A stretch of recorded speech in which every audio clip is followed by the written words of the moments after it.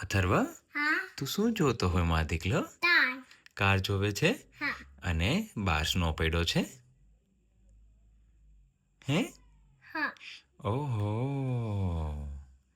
Right. તો તને એક વસ્તુ કહું સ્નો વિશેની? હે બાબુદુ? ઓકે, તો સ્નો ક્યારે સારો લાગે ખબર છે તને? કે જ્યારે તમે બારીની આ બાજુ બેસીને સુરક્ષિત અને ગરમ જગ્યાએ રહીને બહાર પડતા સ્નોને જોતા હોય. પણ જીવન પણ એ જ શીખવે છે કે બહારની દુનિયા ઘણી વખત સ્નો જેવી લાગે, બહુ મસ્ત, વ્હાઈટ સુંદર, ચમકતી અને બહુ એટ્રેક્ટિવ. પણ જો તમે એમાં બેફામ કૂદી પડો તો શું થાય? ઠંડીથી તમારા હાડકાં સુન્ન થઈ જાય, હાથ સુન્ન થઈ જાય, પગ લથડી જાય અને રસ્તો દેખાવાનું બંધ થઈ જાય. હે ને?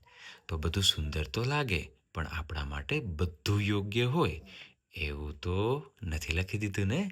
તો કેટલીક વસ્તુઓને દૂરથી જોવાની મજા હોય છે અને અંદર ઘૂસી જવાની કિંમત બહુ ભારે હોય છે. હે ને? તો જીવનમાં દરેક આમંત્રણ સ્વીકારવું જરૂરી નથી. દરેક ચમકતી વસ્તુ પાછળ દોડવું સમજદારી નથી.